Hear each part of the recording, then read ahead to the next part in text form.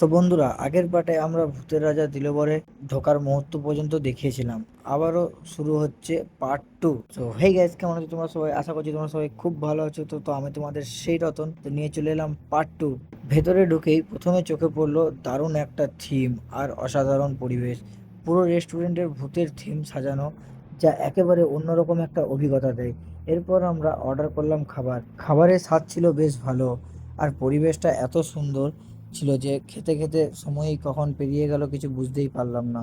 খাওয়া দাওয়া শেষ করে আমরা বেরিয়ে পড়লাম দুর্গাপুর এজন মেজর পার্কের উদ্দেশ্যে। সেখানে আমাদের ক্লায়েন্টের কিছু সুন্দর শট নিয়ে নিলাম। সুন্দর সুন্দর লোকেশনে অনেকগুলি সিনেমাটিক শট নিয়ে শুটিংটিকে সম্পূর্ণ করলাম।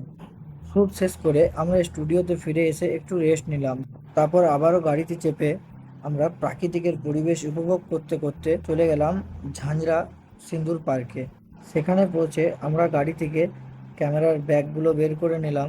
ক্যামেরা রেডি করতে করতে আমাদের আবারও শুরু হয়ে গেল শ্যুট। আর যারা ঝাঁঝরা পার্কে শ্যুট করতে আসবেন, তাদের জন্য একটা ছোট্ট তথ্য, যে এখানে আসতে গেলে বিকেল 4টের পরই পার্ক খুলে। আর এখানে যদি তুমি ড্রোন শট বা অন্যান্য কিছু শ্যুট করতে চান, তো এখানে প্রত্যেকটা জিনিসের চার্জ নেওয়া হয়। আর পার্কের এন্ট্রি 20 টাকা করে মাত্র। তাই আগে থেকে বিষয়গুলি জেনে আসবেন। আমি কিন্তু পার্কের কোনো রকমই প্রমোশন করছি না, জাস্ট আপনাদেরকে জানিয়ে দিলাম। সব মিলিয়ে আজকের দিনটা খুব দারুণ কাটলো। এত সুন্দর শ্যুট যে আপনাদের সঙ্গে শেয়ার করতে পেরে খুবই ভালো লাগছে।